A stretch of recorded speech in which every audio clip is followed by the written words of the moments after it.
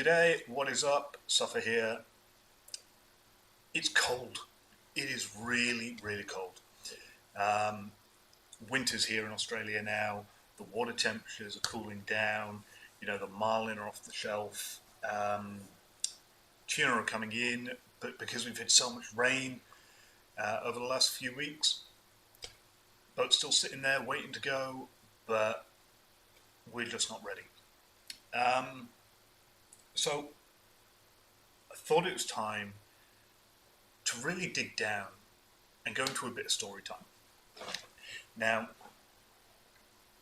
I wanted to tell you why I am so obsessed with offshore game fishing. Why the flathead, the snapper, the kingfish don't really interest me anymore. And it's all about those 4 or 5 months of the year for me on the mahi-mahi, the marlin, the tuna. So, to start the story, we need to go back around 30 years. About 30 years ago, my old man, he got married to his new wife, and he had his honeymoon in the Caribbean. Now, obviously I didn't go on the honeymoon, so it was very, very difficult, but exciting to hear and see the photos that he came back with. And he came back with a picture of him stood next to a 200 kilo marlin that, he was wearing these little Speedos. Probably not safe for work photo these days. If you saw somebody down on Bondi wearing what he was wearing, you'd probably be like, oh man, like, you're too old to be wearing that, you're a bit of a creep. But a photo of him and his wife next to this big 200 kilo marlin, and he'd always tell me this story about how he spent 4 or 5 days out on the water on his honeymoon. His wife was just sat on front of the boat, not catching, and he gave it one more go, and he got his 200 kilo marlin. So let's go back around 24 years. I was 16 years old. I moved in with my dad and his wife, and moved to the other side of the country. And one thing that me and my dad always really had in common was that we loved fishing. We used to go fishing a lot in the UK, whether it was fly fishing together, coarse fishing or carp fishing.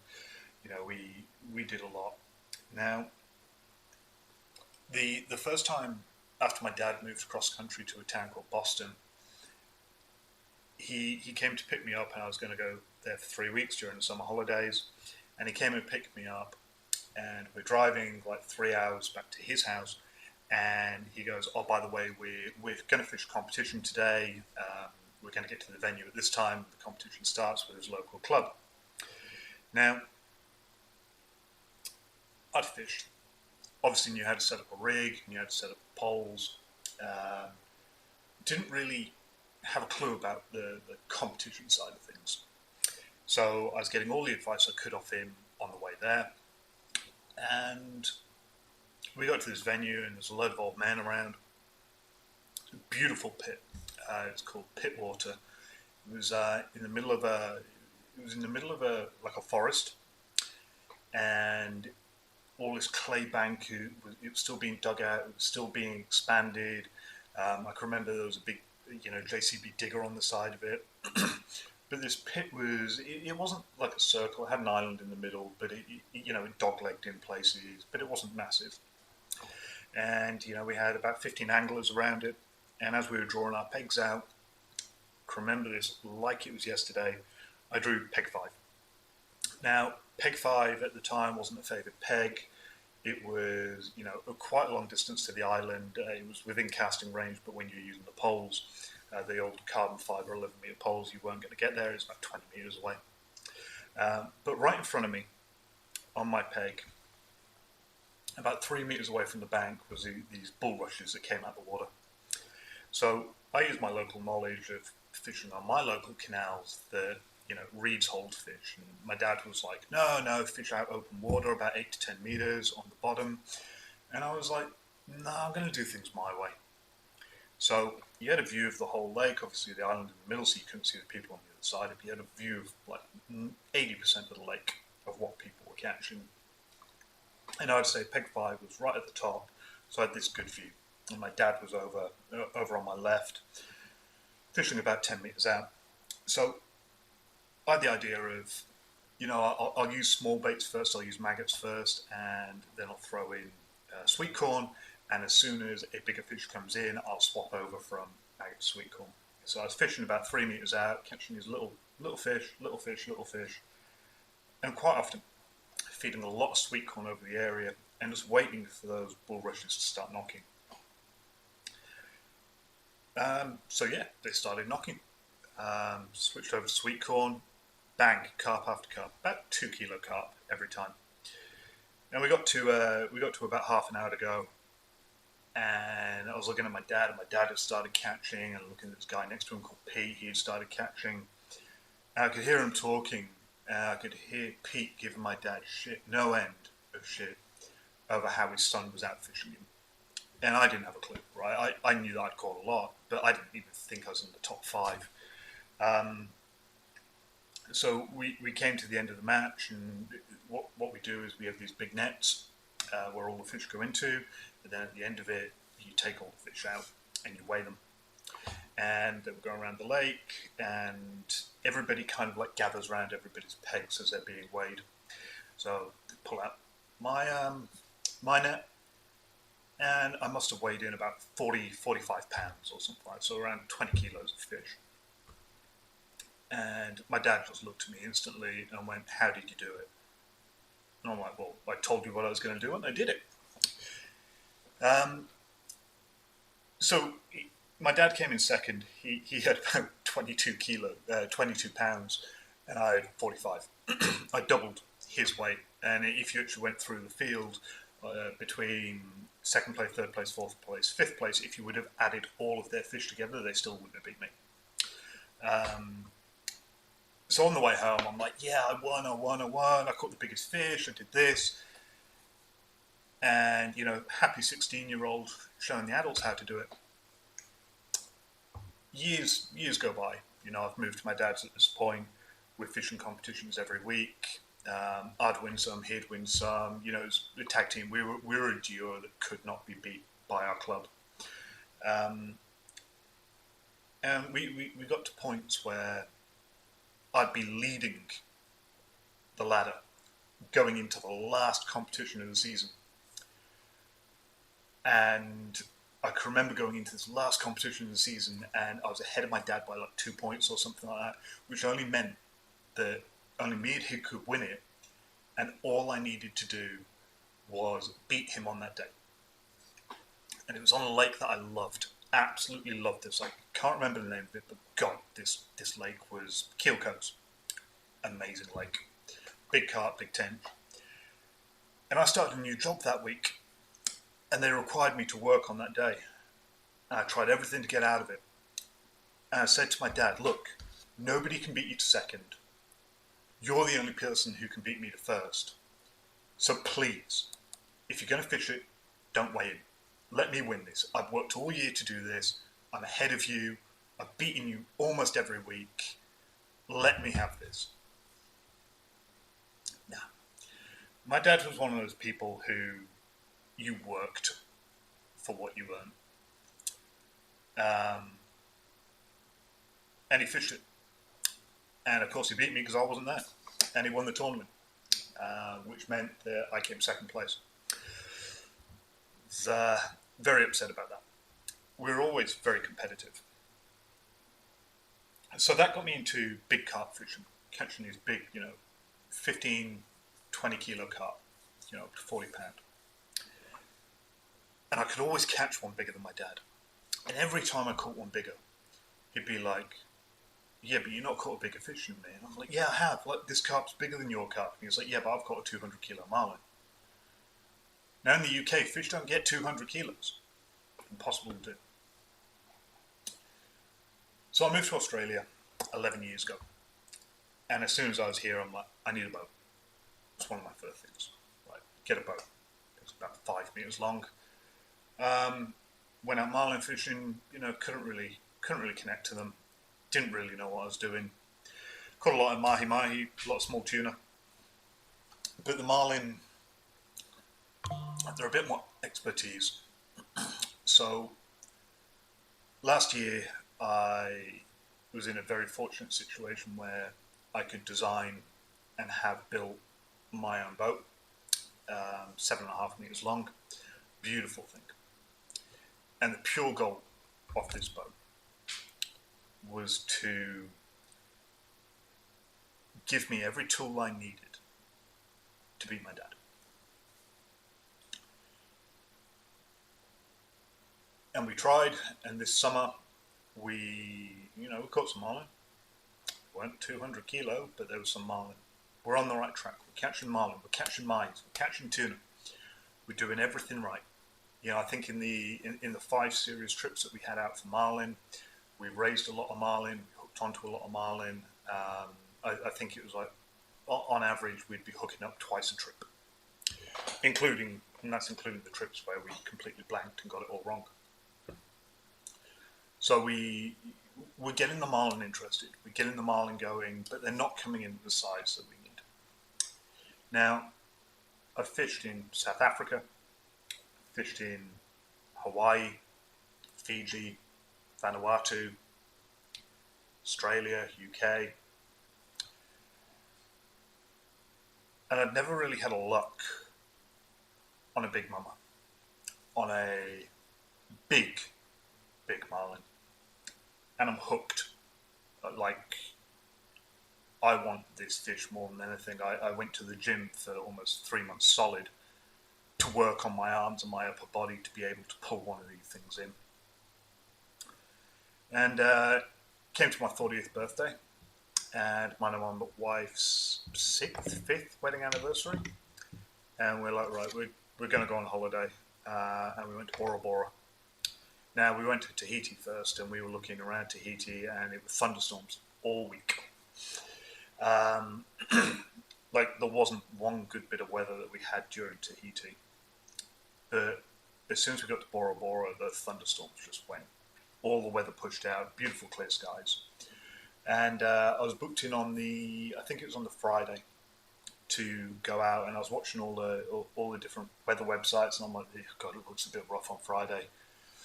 I don't think I want to sit on a boat on Friday, so I went to the concierge at the hotel and said, look, can we rebook? I want to get the right day. And the concierge at the hotel is a little French guy, really, really cool guy, knew what he was talking about, and he was like, if you get something, you come back and you show me the photos. So he sets me up with Bora Bora Fishing Charters. Great team,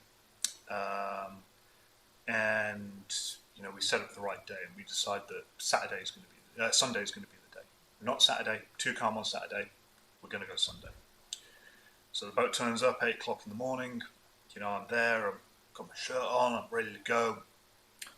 My wife's not coming because she suffers from a lot of seasickness. Even on a flat ocean, she'll get a bit sick. And we're booked in for the full day. Now, we drive off. I meet the crew. Adam Sanaper, what a guy! Now, if you think anybody knows anything about marlin and the way they move and how to fight them and how to get them on deck, from a French Polynesian point of view, Adam Sanaper, top of his game. Top of his game. He knows absolutely everything. He puts you on the fish, and God, like, as a mentor, that guy was spot on. So he tells me all we're going out, we're having our broken English chat of like all the different ways that the locals catch fish. And we're on our way out, and he lets me pick the spread. So he goes, okay, you can pick the spread, and he's telling me about all the different lures and how they've made them, about this is one that his dad caught with his dad's biggest marlin, skin on the inside of it. Very old, kind of Hawaiian mentality or Polynesian mentality around how they make these lures. So we set up the spread, and we've got 5 rods out, and we're going along, and out of nowhere, my seat's facing back, out of nowhere, first bill comes up and smacks the lure. We'd only been at the heads for about 5 minutes at this point. Bill comes up, smacks the lure, breaks it. It smacked it so hard it broke it out the rigger. Didn't hook up. I'm like, God, this is going to be a day. And then 2 hours go past. We're going along. We're fishing the French Polynesian fads, and we're not really getting anything.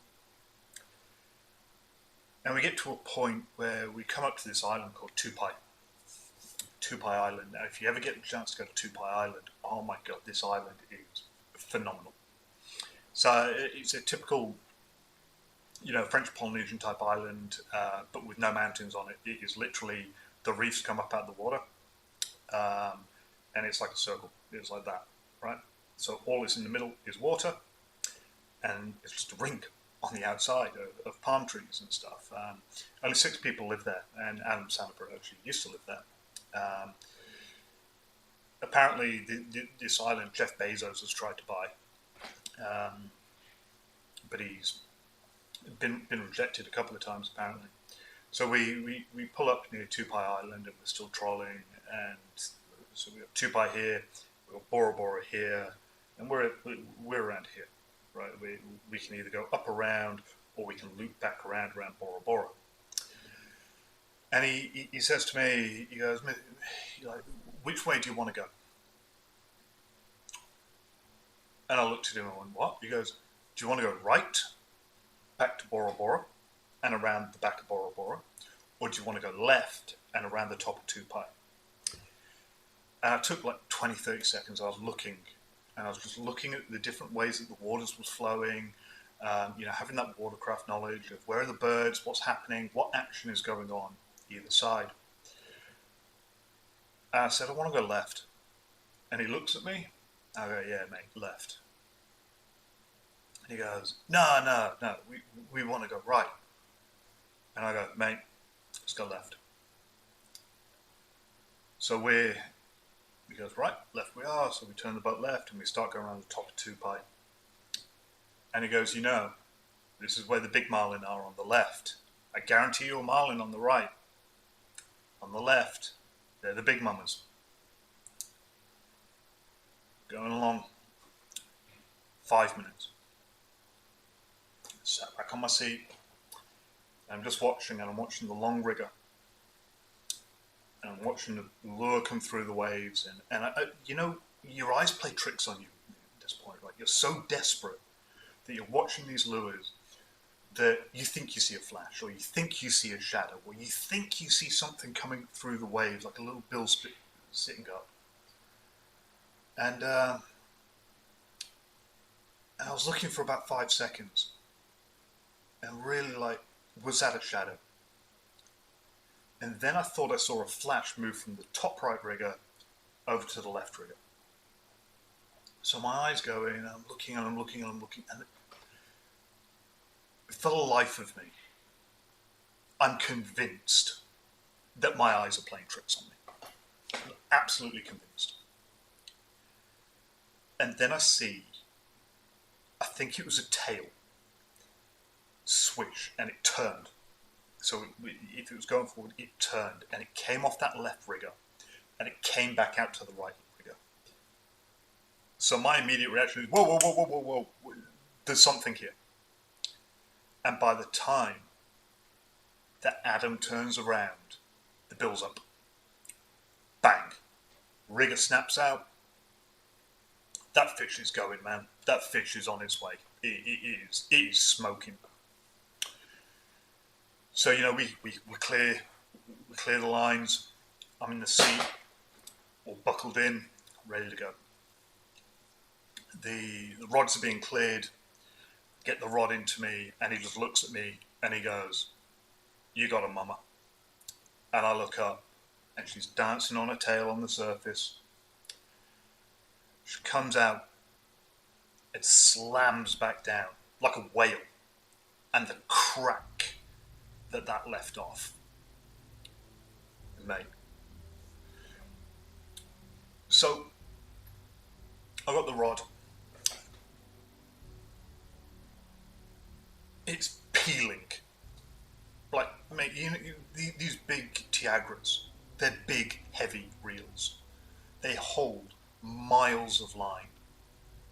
And when you look down and that line is disappearing at a very, very fast rate, we're pouring water on the reel because it's getting so hot to cool it down. And you get to about 100 meters of line left before she stops. And you look down, you can almost see the metal pin in the middle of the reel. And you're like, great. I now need to get this back in. So we get to stop her. We've stopped her with about 100 meters left on the line. And then we have to crank. Now, you can go to the gym for 6 months, 10 months, 12 months, 4 years, every day, and work on your body. If these fish don't want to come in, you're not cranking them. You're not. Turn it? No fucking way. You're literally turning. It's coming in inch by inch. 2 things on my mind. 1, keep that goddamn line tight. Do not drop this fish. This is your opportunity. This is the last 30 years of your competition. This is your life goal. I'm cranking it. Keeping it tight. 2, this is going to take a couple of hours.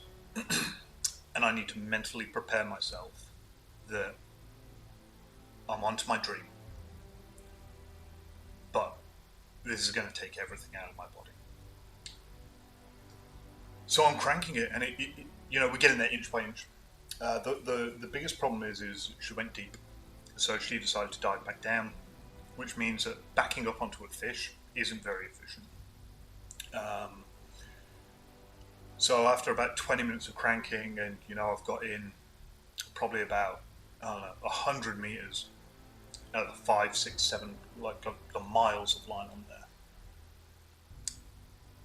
I'm spent at this point. My body, my mind, mentally, physically. This guy Adam is literally pouring Coke out of a can into my throat and Red Bull and everything. My body is broken. But I keep going, inch by inch by inch by inch. And about 45 minutes of cranking. And if you've ever caught a marlin, you'll understand it. Or ever hooked a marlin, you'll understand it. But as I said, when you turn that wheel, turn that handle, it doesn't turn. It literally locks and you cannot turn it. No matter how much pressure you put on that, you're not turning it. But I got him. And I was getting him up, and I was getting him up, and I was getting him up. And I think we were literally getting to the point of the wind up.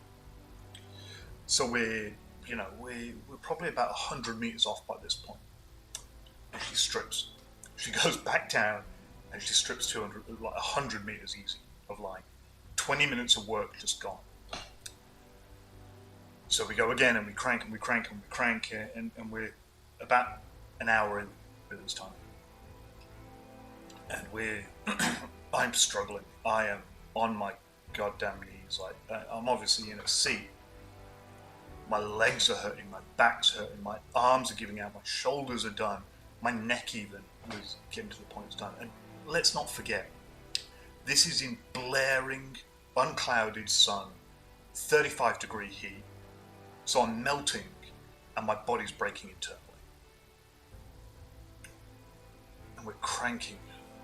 God, we were cranking.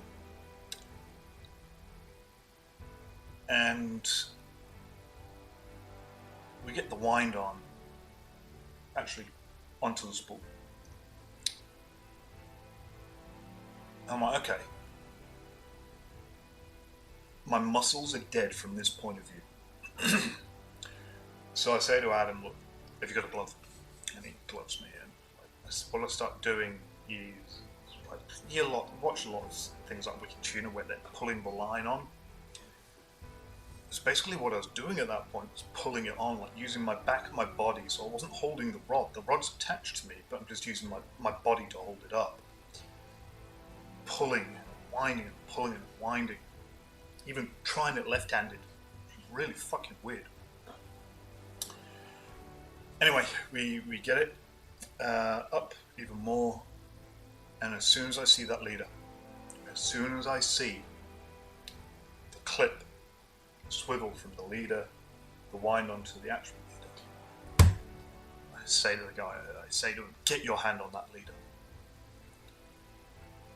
Because I wanted to confirm. You know, like, so, yeah, we flicked the leader, and got his gloves on, pulling it. So coming round the back of the motor, it's the first time I truly see her. Is she comes up on her side, a big beautiful flash of colour just off the motor. And he turns around at me and goes, it's a 500. And I'm like, 500 what? And he's like, 500 pounder. I'm like, whoa. So I'm doing calculations in my head. I'm sitting there in my head going, shit, how many pounds per kilo? 2.1? So I'm like, get her. And he says to me, he goes, we have two options. I go, yep. He goes, you set her off, you set her free, or we take her back to the village. And then he goes, before I can even answer, he goes, we can't let her go. And I didn't want to argue with him, didn't want to say anything. I'm like, yeah, cool, we're harvesting. The reason became apparent after. Like, she wasn't dead yet. So they kill her at the side of the boat. I'm still in the seat at this point. My hands literally came up. My hands came up to my face. And no word or line. That image of my dad and his wife standing next to his Marlin in the Caribbean flashed into my head. And I'm like, I need to see her. So she's gaffed, she's tied at this point.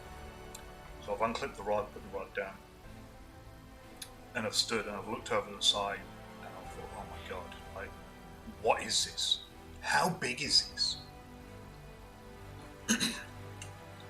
So we then open up the back of the boat, and sorry, just to at this point as well, tears are running down my face. Every emotion possible, like the adrenaline, the fact that I think I've finally beat my old man, that my life goal of catching something this big, that it's taken so much time, money, effort, research, everything to get here. It was a very, very emotional moment. So we open up the back of the boat, and we got Adam and Manu. Manu's driving. Manu, big islander guy. Adam, little islander guy, but bloody strong. Myself, 2 meters tall, you know, I'm not weak. Pulling his Marlin onto the boat. So we've got Adam on the bill. We've got Manu on a gaff under the gills, and me in a gaff through the mouth. And I'm using my legs, sat down on the seat, pulling. Adam's pulling, Manu's pulling. Oh, man, this fish was so big, it didn't want to come on the boat. And it took us about 15 minutes of all three of us hoiking this fish onto the boat. She's finally there. Adam literally goes, "How are your arms?" I go, "Mate, I'm dead." He goes, "Can you catch?" I said, "I just did." And he goes, "No, can you catch?" I go, "Yeah." Pulls out a beer. Hinana, great bloody lager, man. Great lager. Throws a Hinana lager at me. Cracks it. You know, we have a cheers. We look at it, and it became obvious why that they didn't want to put it back. Is because where the hook had gone in, it actually come out in her eye. Her eye was bloodshot, like red. Her eye was popping out, like fully red. The hook was coming out the side of her eye. Like, if we would have put her back, it's, you know, these are very sight fish orientated, and we just like basically taken half that away from her. So anyway, we get her onto the boat, we cover her in ice. You know, I paid for a full day fishing, and he looks at me and goes, "Right, we got to get her back, and then we'll go back out." I go, "Well, I'm not going back out. I'm not doing it. I don't care anymore. Like, I do not care anymore. That is what I've wanted for 30 years of my life. From a fishing point of view, that is my goal. Sat on the deck right now. I need to process that." So anyway, we get into a weigh station, and first of all, she broke the first set of scales. We got her off the boat, and the scales tapped out. They went to, I think, 260, and then they stopped. Completely stopped working. So then they went and got another set of scales, and then they had to charge that set of scales up. So we're sitting with her on this bloody rope and having the photos with the locals and stuff. And then we get her down, hook up the scales, and she comes up at 287 kilos. And I remember looking at that 287, looking at the fish, going back to the 287, and then standing me next to the fish and looking at the photo of it. Now, the fish is twice the size of me, including the bill. 4-meter fish. You put that next to someone like Adam, who's a little small guy. Fish were 3 times the size of him.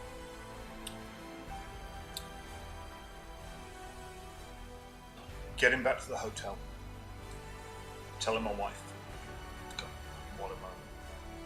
You know, she's getting ready for dinner or something, and I go into the hotel room, she's like, "Hey, how are you?" Like, and it took like 5 minutes or something. I was being really quiet. She goes, "Did you catch anything?" And I go, "Yeah, you could say that." And she just looked at me funny. I said, "Look, can you just look in my phone?" She goes, "What's wrong?" And I go, I think I've done it." She looks at my phone. She goes, "Oh my God, like, what the hell? That's massive. Well done." She gave me a big hug, and I said, I think I beat him.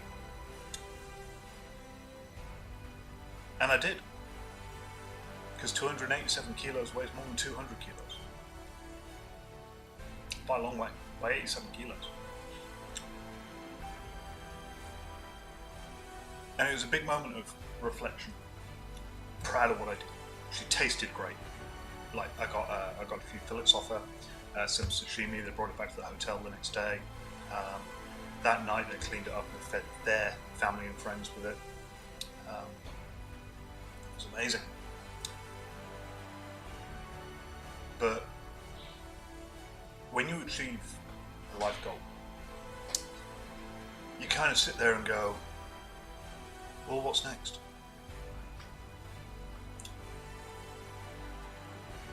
And I've decided what's next for me.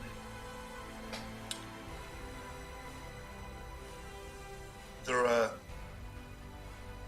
2 things I really want out of me having this boat at the moment. One is a big milestone for myself. I want to catch a Marlin solo on my boat. Some might think, not a big deal. I don't care what size it is, I just want to go out there and do it. The second is, I want each of my 2 children to catch a marlin on my boat. They're 8 and 10 at the moment. It's going to take some time. I want them to beat me one day. Some other things, like I want to help my friends who haven't caught a marlin get their marlin. I want to help share my knowledge of everything that I've done over the last few years. And the final thing that I really want, exciting news. We've actually been looking over the last few weeks and making our own lures. So we've been 3D printing some blanks and we're almost there. We are almost there. Got a slight problem with the resin. It's not clearing up as much as I'd like. But that is a fully 100% made Suffolk fishing lure. And we're almost at the point where we can put them into production. I've got to get them out of the boat and tow them behind and see how they go. But yeah, I'll always remember that day, I'll always remember that fish, I'll always remember that place,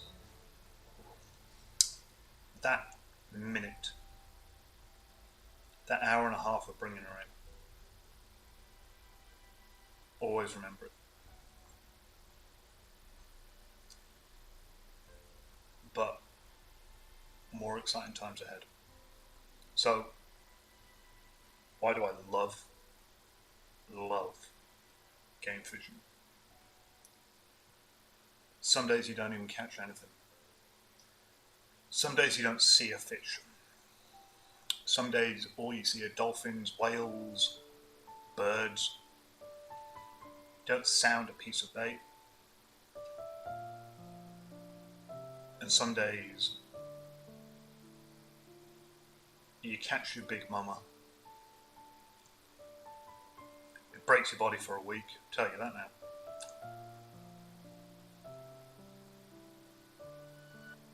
But the reason why I love it and I'm so obsessed with it is because it drove me to beat my dad, to accomplish something myself.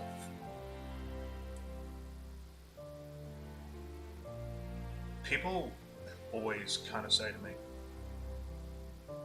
do you go fishing to relax? Like, what do you think about when you're out there? Well, like my wife's asked me a few times, like, what do you think about? What do you talk about? Like, what are you doing when you're out there?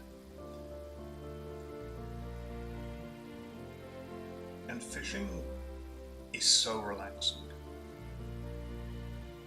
But not for the reason what you think. People think you sit there and wait. With fishing, there are so many variables. Things that you can do to impact what happens. Things that the weather have impacted that you don't know.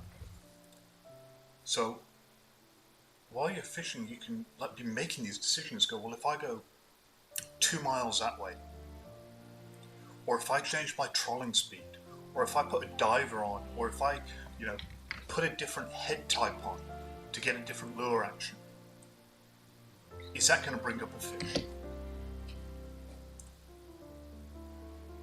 If I change the colour of the skirt from red to blue,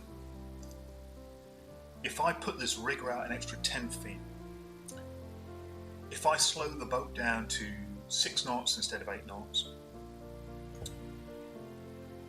these are all the things that you're thinking about. You're thinking about all the different variations, all the different things you can do. So it's not that you're not thinking, that your mind is blank, that you're relaxing. It's that everything in everyday life just takes a backseat at that time. any worries you have, any concerns you have, any stresses that you have, because you don't have time to think about it. So all you're thinking about is that next fish you're going to catch. And the beauty is, you never know, right? You never know. You never know when that next fish is going to be. You never know what that next fish is going to be. You never know how big that next fish is going to be. You never know what bait that next fish is going to be caught on. You never know. And the best thing about it is, if you swap from a blue bait to a red bait, and then you catch a fish, was it because you swapped the bait? Was it because a fish was ready to come and eat? Like with that fish, you've eaten the blue bait if the blue bait was there. You never goddamn know. You never know anything is going to happen. You never know when your next fish is going to be. You never know when your last fish is going to be. The only thing you know is more time on that water